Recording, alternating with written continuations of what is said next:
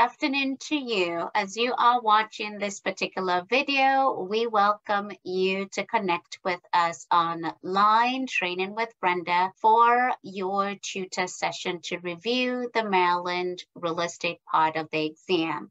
Today's topic is going to be on ethics. There are 4 questions on the exam for the salesperson and 5 questions on the broker side of the exam. Code of ethics is one of those things that it is going to be covered while you're going through the course.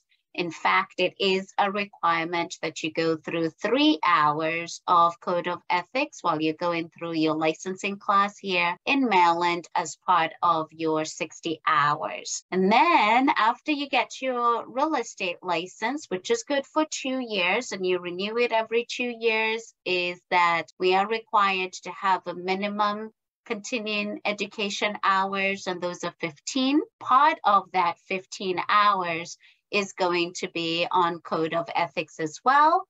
And the amount of time for that class is also 3 hours. We're going to dig deeper into specific topics for the Code of Ethics. Just in case, we don't want to assume. There are free resources that are available to you to help you be successful in passing your real estate exam. One of them, depending on where you're watching this, is going to be our Facebook community, Pass the Real Estate Exam.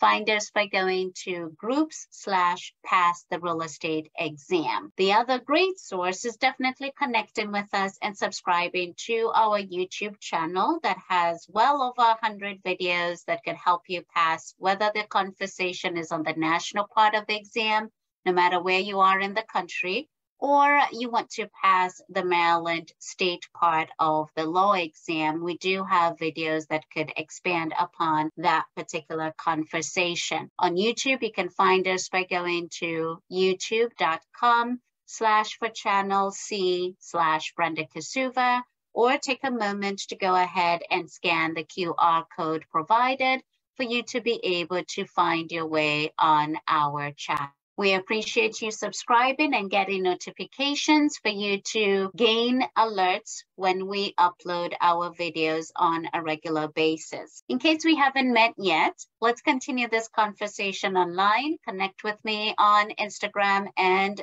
Facebook, LinkedIn, and Twitter as well. My name is Brenda Kasuva, or you can find using the hashtag Training with Brenda. On the top right-hand side is a QR code that you are able to scan for you to be able to connect with me. I'll get your contact information and you'll get mine. We'll continue the conversation.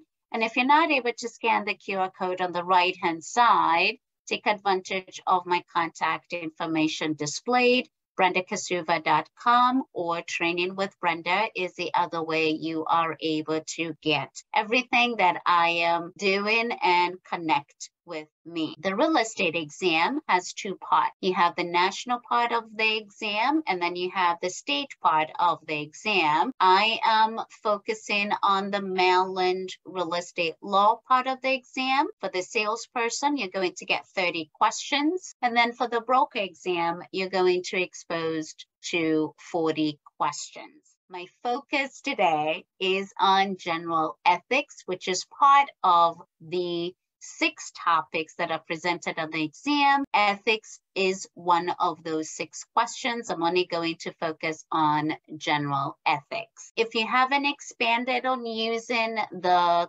candidate bulletin form, take advantage of doing that. It does break down for you what it is that you are going to find on the exam and the topics you should focus on. We mentioned that on the Maryland side, there's 6 topics. You have duties and powers, licensing requirements, brokerage relationship, supervision, business conduct, and ethics. So we have supervision, business conduct. You're seeing how many questions are presented on the salesperson exam.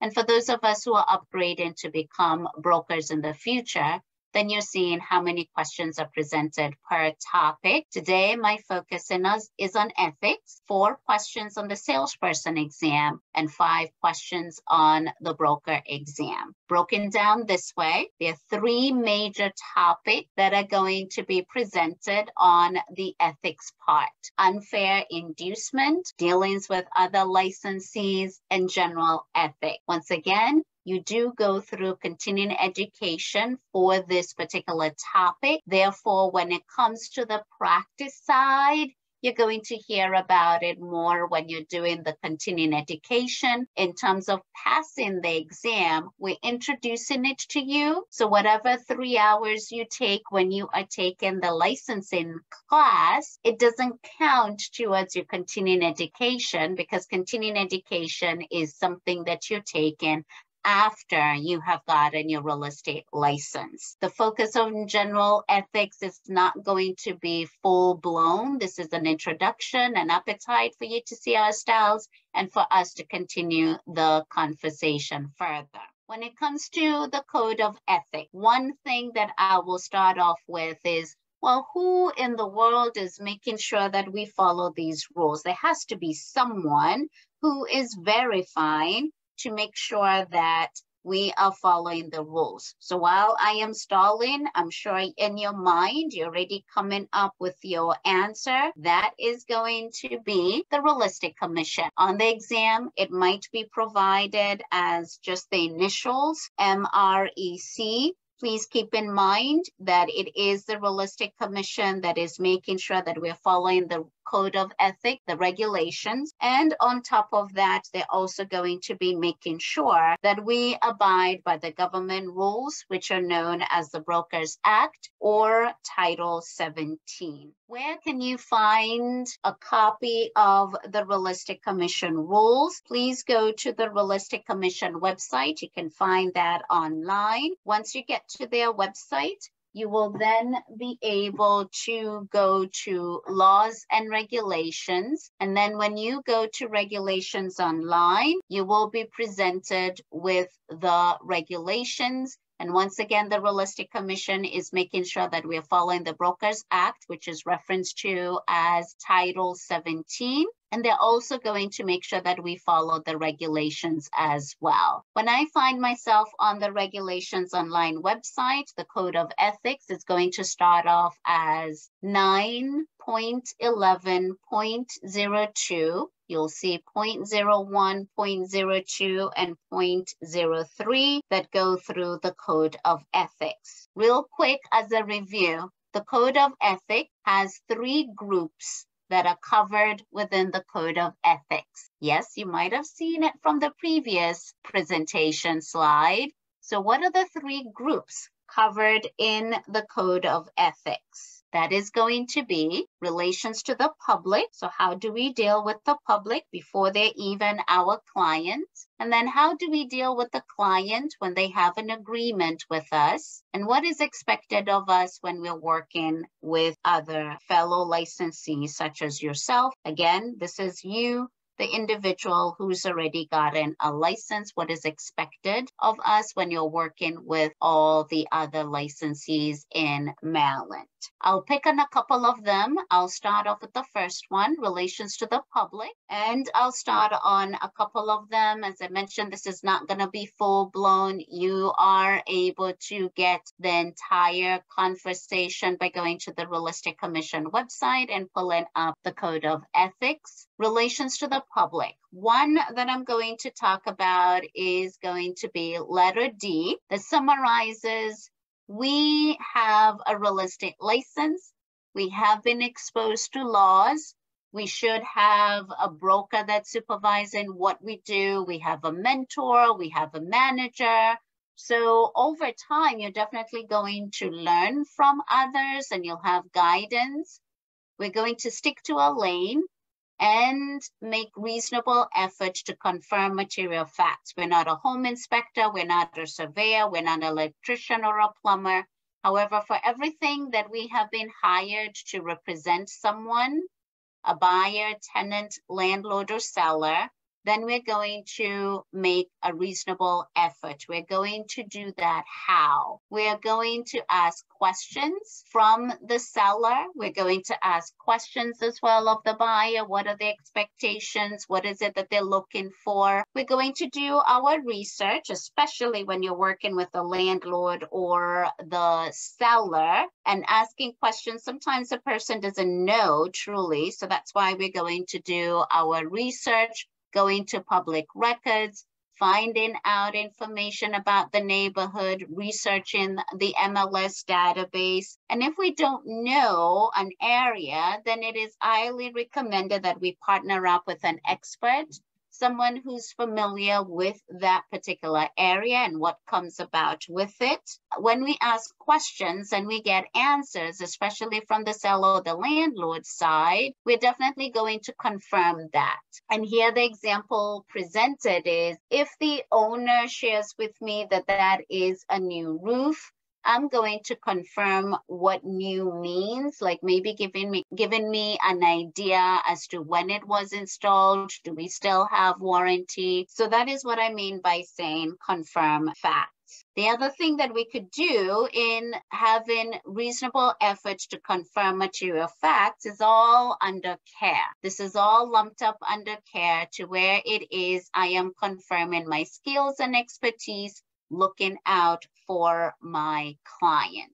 Fair housing is a big conversation in our code of ethics. We are not to discriminate, and in Maryland, it will denote that particular state government Article 20-402, which breaks it down the protected categories in Maryland. We pause to review the federal fair housing protected categories. This is your opportunity to review the 7, which there's a video that actually goes through the federal fair housing protected categories, the 7 being race, color, religion, national origin, disability, sex, familial status, and I think I got them all. So the 7 protected categories. And then each state could have additional ones. Maryland is special with that, to where we have 4 additional protected categories. The 4, the acronym that we have is no MSGs. The M is marital status, whether you're married, single, widowed, or divorced, or separated. We have sexual orientation. We have gender identity. And the one that was added in 2020 is now source of income. So maybe that will help you, the acronym MSG. When we are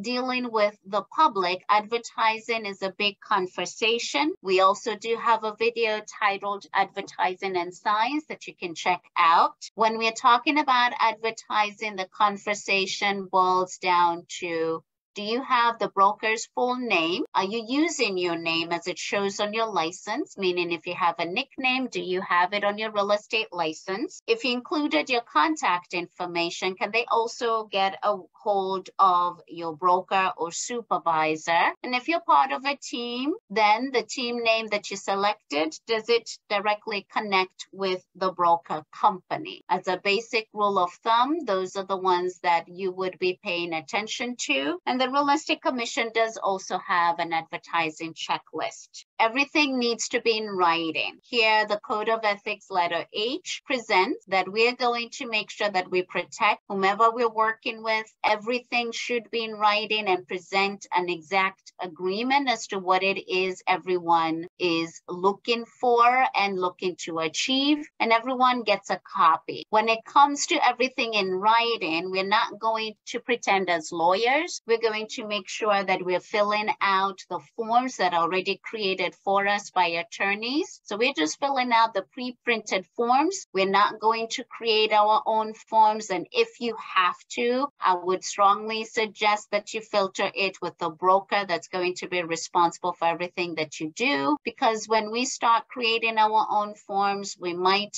be looked at or deemed as an unauthorized practice of law, which is a penalty not to exceed $5,000. Leaving that point, everything needs to be in writing and everyone gets a copy of what they signed within a reasonable amount of time, which most of us are going to say as promptly as you can. Since we're talking stuff in writing, remember that everything needs to be kept for 5 years and everybody is keeping a copy of these documents for 5 years. Everyone is a licensee, yourself, when you get your real estate license, and also your broker as well will be keeping a copy of those particular documents. 5 years is what we have in Maryland. Keep reviewing the rest on that topic of relations to the public. When we're talking about relations to the client, a client has an agreement with you. Here's where we're going to review a couple of them here. The very first one is, what are your obligations when the person is your client? You have absolute fidelity to that person. And Maryland does also have statutory obligations that we owe anyone else with whom we don't have an agreement with. This is a review on the topic of agency, also known as brokerage relationship. To my client, absolute fidelity, I'm going to give them fiduciary responsibilities known as code AC to some: care, obedience, loyalty, disclosure, accounting, and confidentiality. Some of you might have learned the acronym old car. This is what I owe my client. To the customer with whom I don't have an agreement with, I'm going to use the acronym HARD. Statutory obligations to the customer: honesty, accountability, or accounting has to do with money. For example, if I'm the listing agent and I have a buyer customer who wants to present an offer, we're talking about the deposits there, or you are the landlord and the tenant is not represented, you're holding the application fee, if any. We're going to make sure that we have that and we're accounting for it and everyone has a copy. Reasonable care, and then disclosure of material facts. That is what we owe the customer. And continuing the conversation in relations to the public, the next thing to review is going to be, hey, Brenda, on top of you following the rules, you need to know the ones that are coming about soon. So if there are any laws, proposed orders, or any public policy that is out there, I need to be aware of it and share it with my client. A good example is when COVID came about, there were certain restrictions that we needed to abide with since we were lumped up as essential workers. Those were things that we had to pass along with the client. And that is found on letter B under the topic of relations to the client. Once again, the entire copy of this is found in the Real Estate Commission website, and we shall give you the link. You can find it on the description box below or on the comments. Since I need to know everything that is happening that could impact my client's interest, what ties into that is disclosure. When we're talking about disclosure in our code of ethics, for anyone that is a licensee, an employee within a real estate company, or my immediate family member, we need to disclose. When Brenda, I am licensed, I've been licensed since 2004. When I'm selling my current house, I need to disclose. If I am going to, let's say I work at a real estate company and I am their accountant. I don't even have a real estate license. As an employee within a real estate company, when that individual is selling their house, they need to disclose. And when I am helping my immediate family member, I need to disclose that as well. How is disclosure going to happen? It's going to happen in writing. There's a document that is available for us to disclose that information. When it comes to immediate family member, this is going to be immediate. Your spouse, your child, your stepchild, your parent, your sibling, your grandparent, your grandchild. So it will not include cousin, it will not include uncle, but definitely sibling is your brother. You would have to disclose that. Most of your brokers, though, in the practice side will say maybe disclose, but in terms of the regulations, the code of ethics, it is limited to this as the definition of immediate family. Another part of disclosure is going to be on the market analysis. The market analysis, which some of us will call a CMA, competitive market analysis or comparative market analysis, it will need to have a disclosure on the first page saying that it is not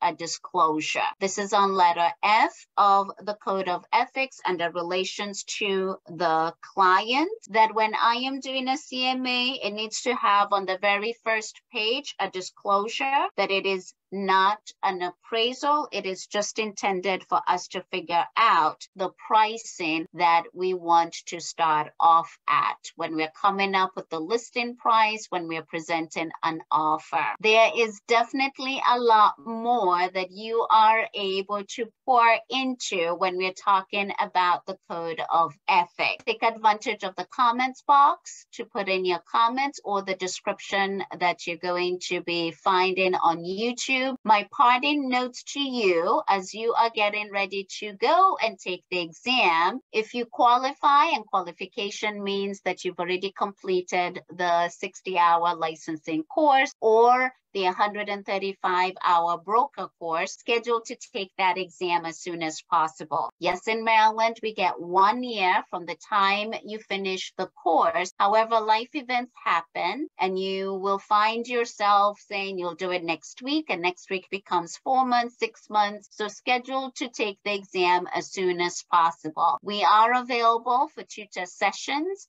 You are able to schedule that by going to our website, trainingwithbrenda.com. We appreciate you joining us on our Facebook community page. If you haven't joined us yet, our page on Facebook is facebook.com/groups/pass the real estate exam. Go ahead on YouTube, give us a subscribe, click on the like button and or the notification, put in a comment. We are growing this and striving to post on a weekly basis. Until next time, continue studying, continue pouring yourself into the videos that we have, and I look forward to hearing how it went because I love watching the growth that you will experience in this particular career. Take care. That was awesome, right? You like our style? I look forward to helping you reach your goal of passing the real estate exam. We offer group coaching sessions on a monthly basis, and we also have tutor sessions that would match your availability. Show the love. Go ahead and subscribe. Put your comments in